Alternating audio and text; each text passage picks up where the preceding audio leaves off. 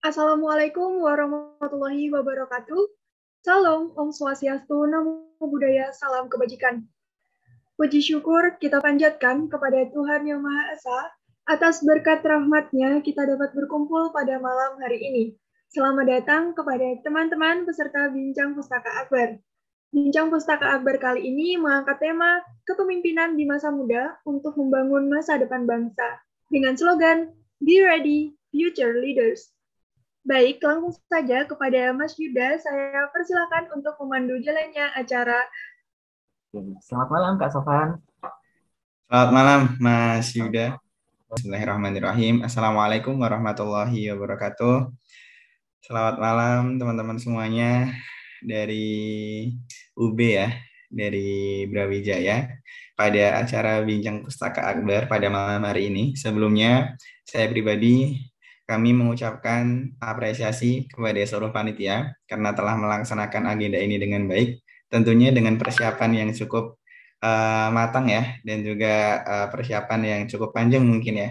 Dan alhamdulillah teman-teman semuanya dalam agenda ini sadar atau nggak sadar teman-teman sudah memiliki yang namanya service orientation, ataupun suatu yang bersifat teman-teman menyiapkan sebuah akomodasi untuk orang lain belajar seperti itu. Nah, sehingga kami yakin bahwa ini merupakan agenda-agenda yang bernilai dengan kebaikan seperti itu. Teman-teman semuanya, alhamdulillah wa syukurillah la haula wala quwata illa billah. Tentunya rasa syukur terus kita ucapkan ya kepada Tuhan Yang Maha Esa. Dan tentunya teman-teman, sebenarnya rasa syukur itu bukan hanya sekedar dalam ucapan, tapi juga dalam tindakan. Salah satu tindakan yang mewujudkan rasa syukur adalah bagaimana kita keinginan untuk belajar. Sebagai rasa syukur atas pikiran yang telah kita terima, atas waktu yang telah kita terima, dan juga atas kesehatan yang telah kita terima, teman-teman semuanya. Nah, kemudian teman-teman semuanya, nanti kita akan belajar bareng dan diskusi bareng mengenai kepemimpinan, namun terkhusus secara spesifik, nanti kita akan bahas tentang sebuah buku sebenarnya, buku yang sederhana teman-teman, tapi setidaknya ini memiliki ruh untuk bergerak dan menggerakkan. Semoga bukunya memiliki sebuah ruh untuk baik dan membaikan, dan semoga bukunya memiliki ruh untuk selalu semangat untuk menebarkan kebaikan. Nah, teman-teman semuanya, tentunya sebenarnya dalam sebuah forum itu kita perlu menentukan sebuah goals gitu. Kita perlu menentukan sebuah tujuan, dan juga kita perlu menemukan sebuah urgensinya apa, seperti itu. Nah, kemudian teman-teman semuanya, di sini saya mengajak kepada teman-teman bahwa tujuan dari forum ini bukan hanya sekedar sharing knowledge saja, bukan hanya sekedar transfer knowledge saja, akan tetapi juga merupakan sebuah tempat bagi kita untuk memantik pemikiran kita supaya nantinya kita bisa punya rancangan ke depan seperti apa. Nah, kemudian teman-teman semuanya, tentunya kita juga perlu mengetahui urgensi apa sih sebenarnya pentingnya gitu ya forum yang akan kita laksanakan pada malam hari ini. Tentunya teman-teman nanti akan ada kaitannya pada beberapa materi yang akan saya sampaikan. Urgensi salah satunya adalah bahwa saat ini dibutuhkan yang namanya ruang-ruang penyadaran. Karena gerakan-gerakan kebaikan itu biasanya diawali dari gerakan-gerakan penyadaran. Nah, sehingga di sini salah satu urgensinya adalah bahwa kita perlu yang namanya gerakan-gerakan penyadaran. Nah, baik teman-teman semuanya, di sini saya tuliskan dengan judulnya adalah menulis adalah kerja-kerja peradaban. Kenapa teman-teman semuanya menulis adalah kerja-kerja peradaban? Bagi teman-teman semuanya, ketika kontribusinya udah luar biasa, ketika kontribusinya udah banyak banget gitu ya di masyarakat ataupun dimanapun, teman-teman biasanya itu akan terlewatkan oleh zaman. Akan tetapi, ketika misalkan kita bisa menuliskan apa yang kita lakukan ataupun apa yang ada di pemikiran kita, insya Allah itu menjadi sebuah kerja-kerja peradaban. Dan teman-teman semuanya perlu kita tahu bahwa setiap dari kita adalah pencetus peradaban. Dan masyarakat adalah pendorong peradaban, dan waktu adalah tantangan peradaban. Sehingga di sini kita sudah bisa mengetahui sebenarnya peran-peran kita saat ini sebagai apa. Dan kemudian peran orang-orang di sekeliling kita itu sebagai apa, dan juga sesuatu yang nggak bisa kita kendalikan itu sebagai apa. Nah, di sini kita bisa menemukan bahwa masing-masing dari dalam diri kita adalah pencetus peradaban. Semuanya bebas untuk mengungkapkan gagasannya, semua bebas untuk membuat sebuah inovasi, dan itu merupakan sebuah wujud bahwa kita sebagai seorang pencetus peradaban. Namun ternyata teman-teman semuanya, hal itu nggak cukup, karena kita juga membutuhkan yang namanya masyarakat. Kita juga membutuhkan yang namanya orang lain. Sehingga di sini peran dari masyarakat adalah pendorong peradaban, yang akan mendorong gagasan-gagasan yang kita pikirkan, yang akan mendorong selama ini gagasan-gagasan yang kita canangkan pada publik, dan juga kemudian tantangan terbesarnya adalah waktu. Karena kita nggak tahu sampai kapan gitu ya bisa menggunakan waktu.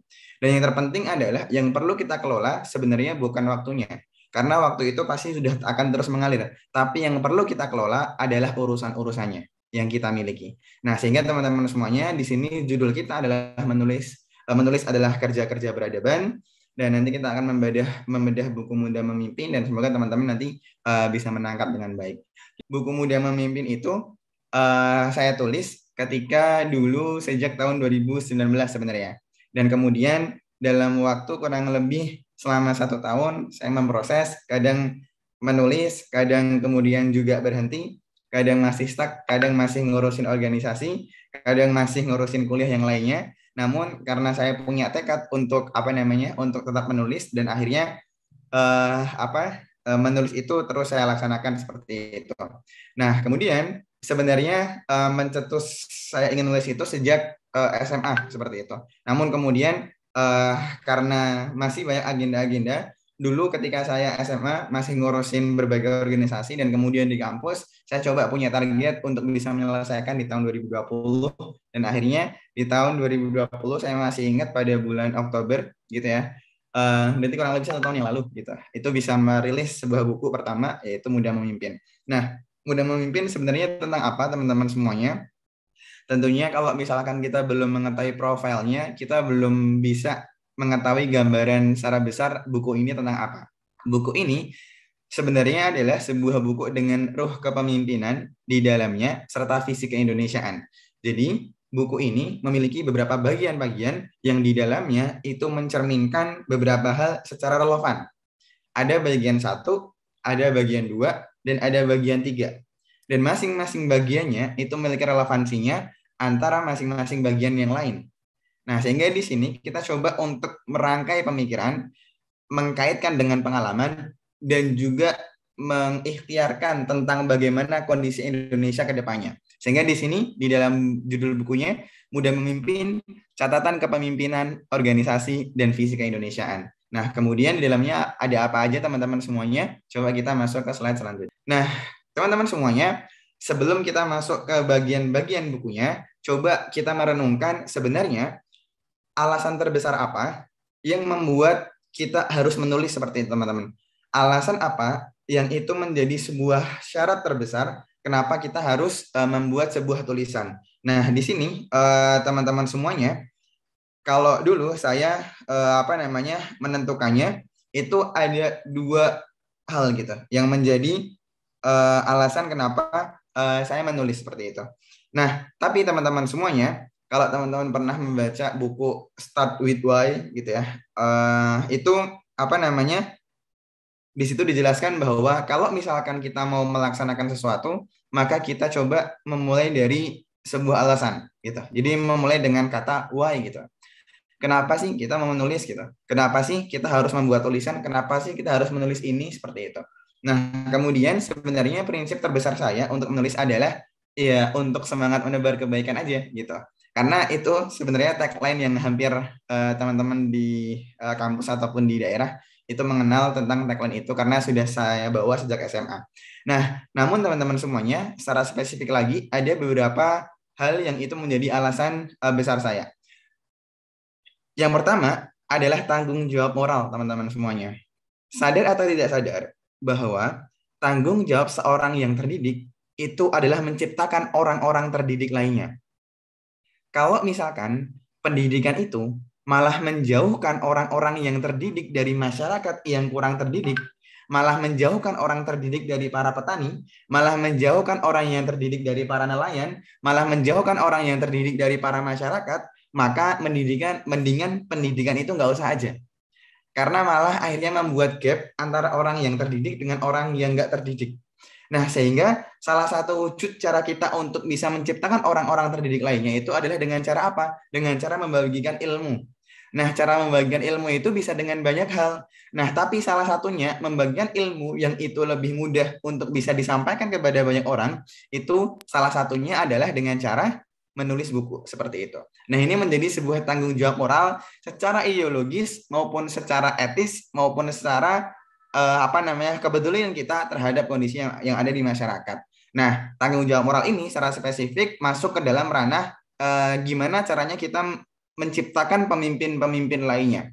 Karena ada sebuah prinsip bahwa great leader create other great leader. Jadi, seorang pemimpin besar itu pasti akan menciptakan pemimpin-pemimpin besar lainnya, seperti itu. Nah, itu masuk dalam alasan tanggung jawab moral. Kemudian teman-teman semuanya, alasan yang kedua adalah mengenai refleksi perjuangan Indonesia. Ini kaitannya apa gitu? Apakah ada kaitannya dengan sejarah ataupun dengan yang lainnya? Sebenarnya gini teman-teman semuanya, bahwa apa yang kita laksanakan saat ini bisa kita ukur juga dengan kita mengkomparasikan antara apa yang sudah bisa dicapai oleh para pemuda-pemuda terdahulu. Misalkan kita berbicara dengan seorang pahlawan yang di umur 20-an, dia sudah bisa menulis beberapa buku. Ada seorang pahlawan yang di umur 20-an, dia sudah bisa menghasilkan sebuah sekolah gratis untuk masyarakatnya. Nah, kalau misalkan kita jarang merefleksikan perjuangan Indonesia, maka sebenarnya kadang kita kurang paham tentang kebutuhan bangsa Indonesia itu seperti apa. Refleksi perjuangan Indonesia, sebenarnya teman-teman semuanya dari dulu sampai sekarang itu pasti memiliki amanat perjuangan, yaitu di dalam Undang-Undang Dasar yang disebutkan bahwa kita harus mencerdaskan kehidupan bangsa. Itu merupakan amanat kita sebelum nantinya akan tercapainya kesejahteraan umum, teman-teman. Nah, sehingga di sini sebagai orang-orang yang terdidik gitu ya, kita harus memiliki arah. Kita harus memiliki peta jalan. Kita harus memiliki alasan. Kenapa kita hadir sebagai seorang manusia? Kenapa kita hadir sebagai seorang mahasiswa? Dan kenapa kita hadir di sini? Dan kenapa kita harus memperjuangkan ini? Kenapa teman-teman semuanya? Mudah saja. Karena tugas kita sebagai seorang manusia adalah memakmurkan buminya. Nah, sehingga di sini teman-teman semuanya, ini dua alasan saya buat general aja. Kalau misalkan dalam hal spesifik nanti akan banyak banget seperti itu. Nah, kita coba lanjut ke slide selanjutnya. Nah, kemudian teman-teman semuanya, selain itu, tadi berbicara tentang personal secara secara motivasi di dalam diri gitu. Nah, tapi kemudian kita coba melihat secara eksternal. Teman-teman semuanya, kalau misalkan kita melihat skor kemampuan membaca pelajar berusia 15 tahun di 10 negara gitu ya. Walaupun ini datanya 2018, tapi saya kira nggak akan berbeda jauh. Di sini ternyata Indonesia masih berada di bawahnya Brunei, di bawahnya Thailand, di bawahnya Malaysia, di bawahnya Singapura gitu ya. Dan masih di bawahnya negara-negara ASEAN. Walaupun di sini cakupannya adalah negara Asia. Nah, teman-teman semuanya, gini. Prinsipnya kalau dalam hal ekonomi, teman-teman, atau dalam hal konsep apapun, kalau misalkan kita mau mengeluarkan sesuatu, ataupun kalau misalkan kita mau berkarya, ataupun kalau misalkan kita mau menghasilkan sebuah produk, maka kita harus membutuhkan sebuah input. Kalau kita mau menghasilkan output, kalau misalkan kita bahasakan aja menghasilkan sebuah karya, maka kita perlu memiliki sebuah input. Nah, inputnya salah satunya adalah dengan membaca. Kalau misalkan input kita nggak banyak, biasanya yang kita tulis juga akan susah. Pernah nggak sih teman-teman misalkan dulu pas awal-awal SMP, SMA, kalau misalkan nulis esai, itu kok rasanya agak susah. Karena mungkin daya membaca kita belum terlalu banyak. Input ke dalam pemikiran kita, itu bahasa-bahasa, kosakata, itu belum terlalu banyak. Namun ketika di kampus, kita udah mulai terbiasa teman-teman. Misalkan teman-teman yang di semester 5 gitu ya, ataupun yang di semester 3, teman-teman sudah mulai terbiasa untuk misalkan mengerjakan makalah-makalah. Kenapa? Karena inputnya udah mulai banyak. Kosakata yang didapatkan di dalam pikiran itu udah mulai banyak. Kenapa? Sederhananya, ilmu itu adalah kumpulan dari berbagai kosakata. Nah, sehingga di sini teman-teman semuanya, kalau misalkan kita analogikan, daya baca masyarakat Indonesia masih termasuk rendah, maka inputnya kan berarti juga rendah. Nah, kalau misalkan inputnya rendah, kemungkinan besar outputnya juga nggak akan terlalu banyak. Nah, inilah sebenarnya teman-teman semuanya analisis sederhana yang bisa kita cermati dari beberapa data dari berbagai kondisi yang ada di masyarakat teman-teman semuanya. Nah, sehingga di sini kita bisa melihat ini loh alasan terbesar kita kalau dalam cakupan makro kenegaraan ternyata masyarakat kita itu daya bacanya kurang. Dan kemudian kalau daya bacanya kurang berarti kosakata yang masuk itu juga nggak akan terlalu banyak. Sehingga apa yang mereka keluarkan pasti juga belum terlalu banyak seperti itu. Nah, coba kita masuk ke slide selanjutnya.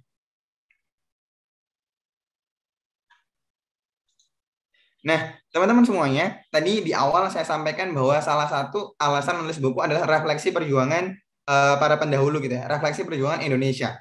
Nah, sebenarnya saya menulis itu terinspirasi oleh dua sosok sederhana yang ada di samping kiri ini ya, teman-teman. Ada Muhammad Natsir dan juga ada Haji Umar Said Syokro Aminoto, teman-teman semuanya. Muhammad Natsir adalah seorang pahlawan nasional yang sejak muda tekun untuk menulis dan juga membangun pendidikan masyarakat Indonesia. Teman-teman, apakah teman-teman tahu bahwa sebenarnya Muhammad Natsir itu hanya lulusan SMA?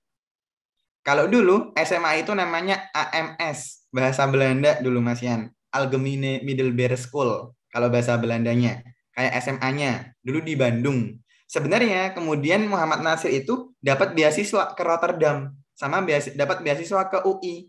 Tapi Muhammad Natsir nggak mau tuh teman-teman. Nah, tapi Muhammad Natsir pengennya langsung turun ke masyarakat gitu. Nah, kemudian dia banyak menulis, dia banyak berguru secara non formal, dan akhirnya Muhammad Natsir sampai sekarang wujud karya-karyanya itu bisa gitu. Walaupun nggak sampai kuliah, tapi karena inputnya banyak, Muhammad Natsir bisa menghasilkan. Contohnya adalah teman-teman tahu UII, Universitas Islam Indonesia yang ada di Jogja, itu salah satu pencetusnya itu adalah Muhammad Natsir. Teman-teman tahu Universitas Ibnu Khaldun yang ada di Bogor, itu juga pencetusnya adalah Muhammad Natsir. Dan kita bayangkan di sini teman-teman, secara strata mungkin Muhammad Natsir nggak S1, tapi ketika inputnya banyak, Muhammad Natsir bisa menghasilkan banyak karya-karyanya. Nah, dan tokoh yang menginspirasi Muhammad Natsir itu adalah Haji Umar Said Syokro Aminoto. Beliau berdua pernah bertemu di kereta di kalau sekarang keretanya menuju ke arah Manggarai. Dulu ketika Muhammad Natsir masih ngurusin JIB, Jong Islamiyaten Bond gitu ya. Jadi pemuda-pemuda Islam. Kemudian Muhammad Syokro Aminoto ngurusin Sarekat Islam pada saat itu. Kemudian ketika ngobrol di kereta mereka bertemu dan saling menginspirasi seperti itu. Nah, kemudian Syokro Aminoto menyampaikan sebuah penyampaian yang luar biasa bahwa apabila kalian ingin menjadi seorang pemimpin besar, di sini diksinya adalah pemimpin besar ya, bukan hanya sebagai seorang pemimpin. Kalau sebagai seorang pemimpin, tentunya kita semuanya menjadi seorang pemimpin. Namun di sini ada kata besarnya. Kalau misalkan kita ingin menjadi seorang pemimpin besar, maka menulislah seperti jurnalis dan berbicaralah seperti orator. Namun di sini, teman-teman, kita perlu membudayakan untuk menganalisis sebuah quotes. Bukan hanya menghafal aja, bukan hanya copy paste kemudian dibuat caption, tapi kita juga perlu untuk membudayakan menganalisis sebuah quotes. Coba di sini kita analisis bahwa menulislah seperti jurnalis, bukan menulislah jurnalis gitu ya, tapi seperti jurnalis. Berarti sebenarnya nggak harus kita kayak wartawan-wartawan gitu, nggak harus. Tapi setidaknya sifat tulisan kita itu seperti jurnalis yang jelas, yang padat gitu ya, yang kemudian yang terukur dan juga by data kayak gitu. Jadi kita melihat secara substansialnya, kita melihat secara esensinya gitu ya. Dan kemudian berbicaralah seperti orator. Nggak harus teman-teman di sini berbicara di depan agitasi massa kayak gitu, nggak harus sebenarnya. Kayak misalkan di BEM gitu ya. Walaupun itu seru sebenarnya kalau misalkan teman-teman bisa jadi orator gitu. Tapi di sini poin yang ditekankan adalah bahwa kita perlu berbicara yang kemudian akhirnya bisa mempengaruhi banyak orang. Dengan apa? Dengan karisma kita misalkan. Kemudian dengan bobot apa yang kita sampaikan seperti itu. Nah, inilah sebenarnya dua sosok yang menginspirasi kenapa saya menulis buku. Nah, coba kita mulai lanjut dan lebih mendalami buku. Lanjut slide-nya. Nah, teman-teman semuanya, namun sebelum masuk ke pembahasan apa yang ada di dalam isi bukunya, sebenarnya saya juga pengen teman-teman suatu saat bisa menulis juga, gitu ya. Karena saya yakin bahwa topik-topik itu yang ada di fakultasnya teman-teman itu pasti banyak topik-topiknya gitu. Isu-isunya itu pasti banyak. Dan sebenarnya teman-teman tinggal cari, kemudian bisa nggak nulis bareng-bareng gitu. Mungkin teman-teman juga bisa membuat antologi. Teman-teman di sini membuat tulisan 2 halaman, 2 halaman, 2 halaman, dikumpulkan jadi satu, bisa jadi sebuah buku gitu. Nah, itu bisa gitu. Nah, tapi kemudian dua hal yang perlu kita kuatkan ketika mau menulis adalah mental dan juga skill gitu. Nah, mentalnya adalah orientasi, kita harus punya orientasi untuk menulis.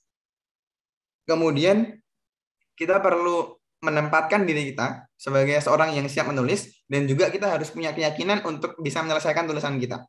Nah, kemudian skill yang harus kita miliki adalah menemukan gagasan, merancang skema tulisannya seperti apa, dan juga menentukan konsep tulisannya seperti apa. Gaya bahasanya seperti apa, kemudian arahnya bagaimana. Kalau misalkan di buku Muda Memimpin dan karakter saya, itu bahasanya agak bahasa-bahasa yang sepaneng, bukan bahasa-bahasa yang anak muda gitu ya, bukan bahasa-bahasa, tapi bahasa-bahasa yang lebih ke sesuatu yang sangat formal seperti itu. Karakter di tulisan buku saya yang pertama dan buku yang kedua seperti itu. Nah, ini persiapan menulis. Nah, coba kita lanjut teman-teman.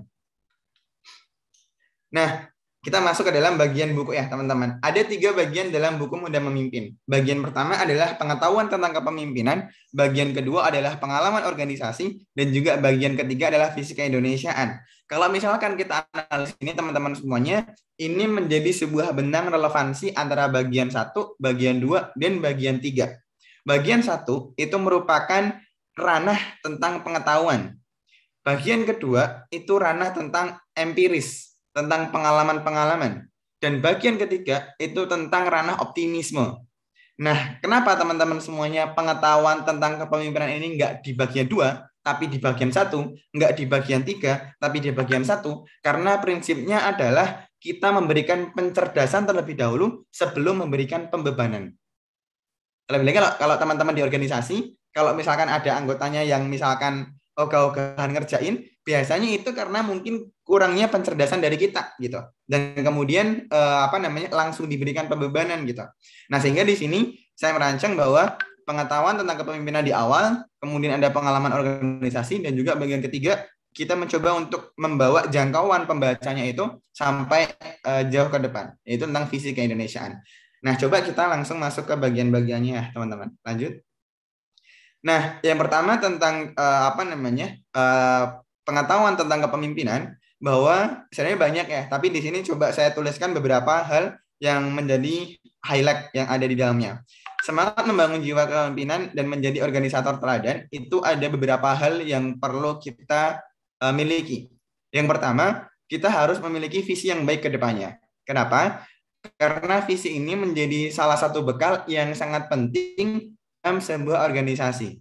Karena ini akan menentukan nanti tujuannya seperti apa, akan menentukan nanti sistemnya seperti apa, akan menentukan bagaimana kita mengelola organisasinya.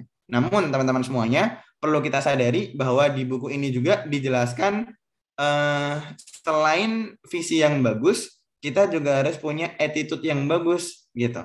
Pernah nggak sih teman-teman misalkan di organisasi itu ada teman yang dia jago banget misalkan kalau ngomong gitu, ataupun mengkonsep, tapi attitude-nya kurang bagus gitu. Jadi kita kadang agak kurang simpatik aja gitu. Nah, sehingga di sini di dalam bukunya dijelaskan bahwa good vision itu nggak cukup, visi yang bagus itu nggak cukup, tapi juga perlu ada prasyarat selanjutnya, yaitu adalah perilaku dari seorang pemimpin itu. Nah, kemudian dijelaskan juga bahwa selain visi, kemudian juga tentang perilaku, kita juga perlu memiliki sebuah gagasan cemerlang ketika menjadi seorang pemimpin. Kita harus punya ide cemerlang. Kita yang setidaknya bisa menjadi inisiator program-program. Kita yang bisa menginisiasi agenda-agenda seperti itu. Nah, itu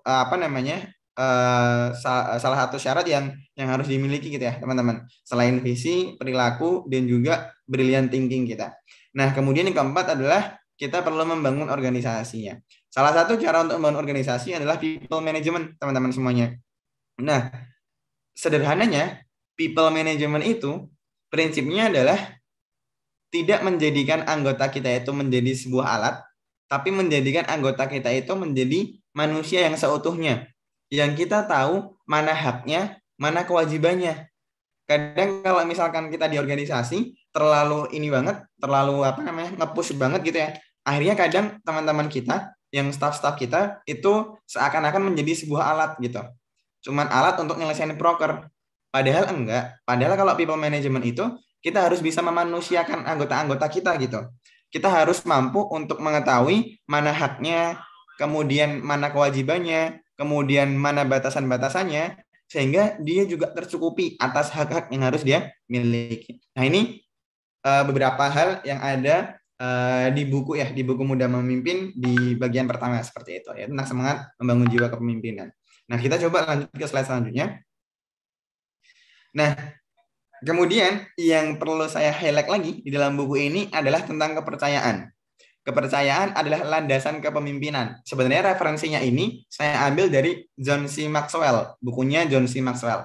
Kepercayaan adalah landasan dari kepemimpinan. Untuk membangun kepercayaan, seorang pemimpin selayaknya harus dapat memberikan keteladanan dalam beberapa aspek kualitas, yaitu kemampuan, koneksi, dan juga karakter teman-teman semuanya.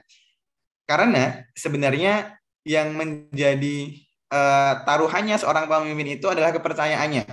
Sekali seorang pemimpin itu nggak bisa dipercaya, biasanya anggota-anggotanya juga akan mulai tidak terlalu percaya dengan dia seperti itu.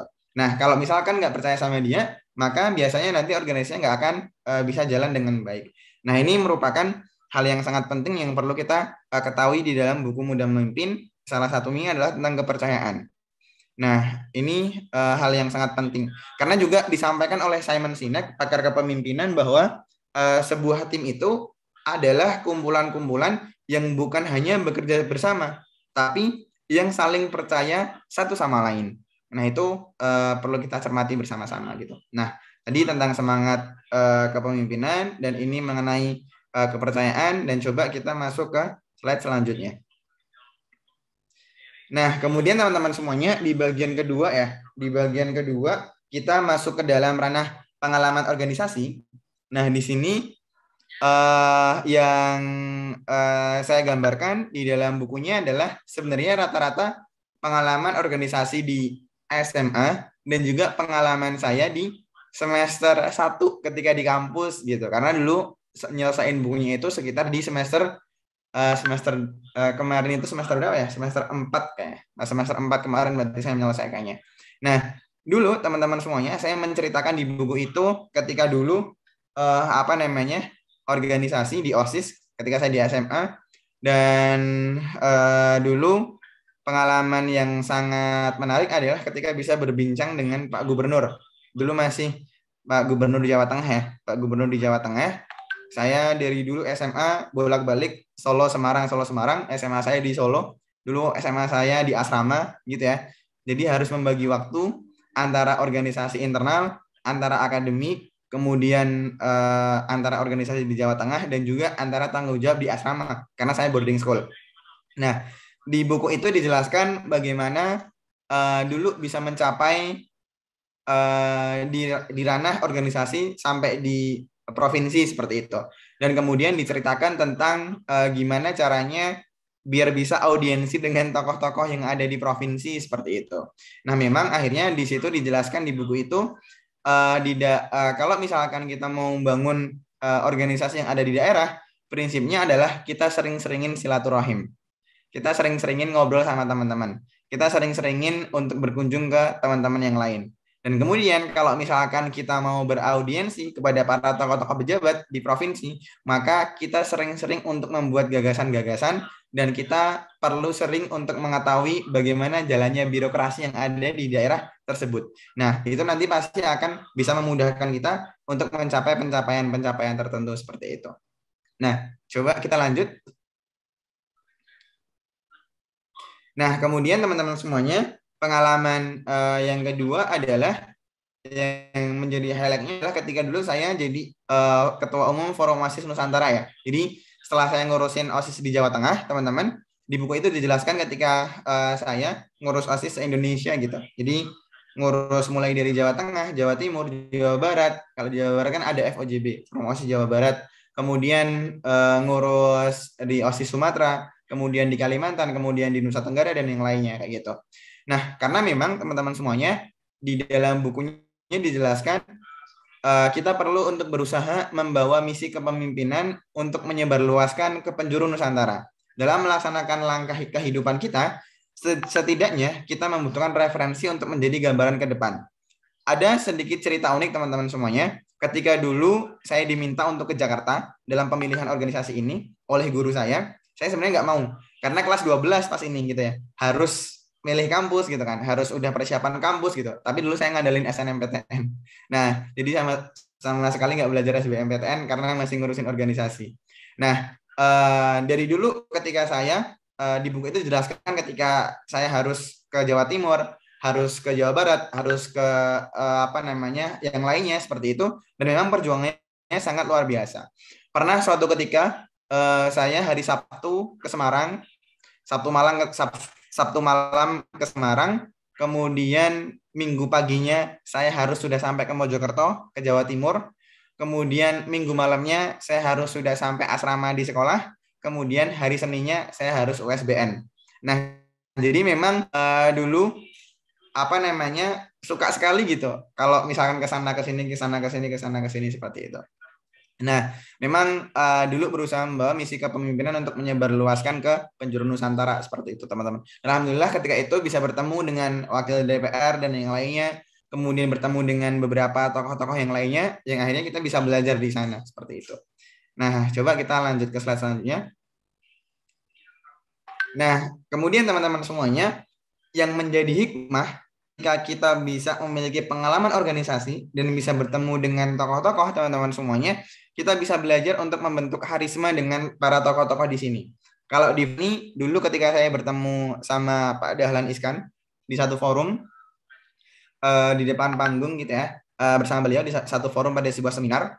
Kemudian kalau yang bawah ini ketika bersama seorang bupati gitu, bupati di Kabupaten Brebes gitu, di Jawa Tengah. Nah, akhirnya salah satu cara kita untuk belajar kepemimpinan adalah sering bertemu dengan tokoh-tokoh yang sudah berpengalaman. Karena sebenarnya teman-teman semuanya, selain ilmu itu bisa disampaikan secara verbal, salah satunya adalah dengan cara kita menemukan aura-auranya gitu.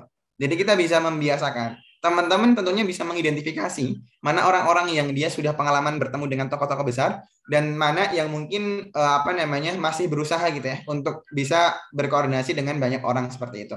Nah, sehingga di sini teman-teman saya menyarankan kepada teman-teman semuanya ketika masih muda coba seringin datang ke tokoh-tokoh besar gitu ataupun silaturahim ke tokoh-tokoh ternama di sekitar kita dulu, misalkan ke dosen atau ke siapa. Nah, tujuannya untuk apa? Tujuannya untuk mendapatkan karisma dari mereka gitu. Untuk mendapatkan ilmu-ilmu, mendapatkan resonansi dari mereka. Sehingga getaran-getaran itu pasti nanti akan masuk ke dalamnya. Nah, coba kita lanjut. Nah, kemudian teman-teman semuanya, di dalam buku itu di bagian kedua, hampir akhir-akhir gitu ya. Di situ saya menceritakan tentang membangun wadah pembangunan masyarakat ketika di semester 1 di kampus. Semester 1 belum UTS dulu itu, saya ingat masih sekitar belum UAS masih 2 bulan ketika di kampus, saya sama teman-teman coba membuat sebuah lembaga, coba membuat sebuah komunitas gitu. Nah, membuat komunitas yang fokusnya di mana? Fokusnya di ranah pendidikan dan juga sosial kemasyarakatan. Namanya adalah Bersama Bisa ID. Teman-teman kalau misalkan mau lihat Instagramnya ada bersamabisa.id. Nah, kenapa membuat komunitas ini? Karena dulu saya merasakan keresahan ketika di kampus. Biasanya kadang kita cuman mau berkontribusi di dalam kampus aja gitu. Tapi kadang kita melupakan ruang-ruang yang ada di luar kampus. Sehingga kita berusaha untuk menjadi seorang mahasiswa yang paripurna, yang bisa beraktivitas di kampus, namun juga bisa memiliki luasan manfaat. Kenapa teman-teman semuanya? Karena sebenarnya mahasiswa itu bisa diukur dengan 2 hal. Yang pertama adalah kedalaman berpikir, dan yang kedua adalah keluasan manfaat. Nah, ini menjadi beberapa hal yang perlu kita cermati itu. Nah, lanjut. Nah, kemudian di sini teman-teman semuanya, secara data sebenarnya IPM kita juga masih rendah gitu, masih belum tinggi gitu kan. Nah, sehingga dari situ sebenarnya kalau secara jangka panjang kita perlu untuk membangun visinya, membangun visi, membangun tujuan dari masyarakat yang ada di Indonesia. Nah, di bawah ini gambar ya sebenarnya teman-teman, gambar sekolah gratis yang saya dirikan sama teman-teman untuk masyarakat di pinggiran sungai di belakang kampus di Kota Surakarta. Dan alhamdulillah masih berjalan sampai saat ini. Tadi pagi agendanya adalah edukasi kesehatan gigi sama teman-teman fakultas kedokteran. Nah, kenapa? Karena kita memiliki tujuan Indonesia ke depannya itu memiliki indeks pembangunan manusia yang bagus seperti itu. Nah, ini merupakan gambaran ya PR kita ke depannya seperti itu. Nah, coba kita lanjut. Nah, kemudian teman-teman semuanya di dalam bab bagian ketiga itu tentang membangun fisik Indonesiaan, di dalamnya sebenarnya lebih kepada challenge yang harus kita lakukan ke depannya dan juga pengetahuan kita tentang keindonesiaan. Kita perlu mencermati problematika Indonesia. Sejatinya pemimpin perlu untuk terus turut andil dalam perubahan bangsa. Bukan hanya membangun dirinya dan organisasinya, tetapi lebih dari itu. Jiwanya ingin selalu memperbaiki kondisi sekitar. Pikirannya selalu menyusun rapi berbagai tahapan pembangunan peradaban. Dan kemudian di dalam buku itu juga ada beberapa subbab-subbab. Yang pertama adalah membawa arus narasi Indonesia, bahwa Indonesia itu sebenarnya punya beberapa gelombang. Dipetakan gelombang 1, gelombang 2, gelombang 3. Dan kita sebenarnya saat ini gelombang 3 menuju gelombang 4 gitu. Nah, ada apa aja sebenarnya di gelombang itu? Nah, ada di buku gitu secara spesifik. Nah, kemudian membangun narasi kemajuan Indonesia. Saat ini sebenarnya kita perlu menguasai public opinion yang ada di masyarakat. Sehingga kalau bisa nih diskusi-diskusi yang ada di publik itu yang bersifat narasi kemajuan gitu. Bukan yang tentang banyak banget konflik-konflik gitu ya. Nah, tapi kita perlu membangun narasi kemajuan di Indonesia sehingga nanti bisa membuat public circle opinion. Nah, kemudian menjaga semangat dan cita-cita mulia. Karena ini yang perlu kita jaga sebagai generasi muda yang terkadang udah tergerus oleh zaman gitu. Nah, kemudian kita bersama-sama berharap teman-teman semuanya di organisasi, di kampus, maupun di masyarakat, maupun teman-teman yang di lembaga riset dan yang lainnya, suatu saat kita perlu berakhir sebagai seorang pemimpin yang melegenda. Maksudnya di sini adalah sebagai seorang pemimpin yang mampu memberikan legacy, mampu memberikan warisan-warisan, yang mampu mewariskan entah itu ilmu, entah itu kontribusi, entah itu apapun yang bisa diwariskan oleh penerus-penerus kita selanjutnya. Nah, itu ya tadi teman-teman semuanya beberapa hal kaitannya tentang bedah buku di dalam buku Muda Memimpin seperti itu. Nah, coba kita lanjut. Nah, gitu ya teman-teman semuanya. Tadi kita udah bahas tentang alasan-alasannya seperti apa, kemudian juga persiapan menulis itu seperti apa, kemudian juga alasan kondisi makronya Indonesia seperti apa, kemudian juga bagian-bagiannya, pengalaman-pengalaman organisasi, kemudian visi keindonesiaannya, dan harapannya teman-teman semuanya ini bukan hanya bisa diterima, tapi juga bisa menjadi pemantik buat teman-teman semuanya, supaya ke depan bisa terus untuk berkontribusi bagi bangsa Indonesia. Nah, gitu ya teman-teman semuanya. Intinya menjadi pemuda keren adalah sebuah pilihan, akan tetapi menjadi pemuda yang bermanfaat adalah sebuah keharusan. Tetaplah semangat teman-teman semuanya, semangat menebar kebaikan. Terima kasih. Assalamualaikum warahmatullahi wabarakatuh. Saya kembalikan ke Mas Yuda selaku moderator. Oke, terima kasih kepada Mas Sofan yang telah memberikan materinya yang dengan sangat-sangat jelas gitu kan ya, dari bagaimana sih awal mula Mas Sofan itu menulis buku hingga apa aja yang ada di dalam buku ini.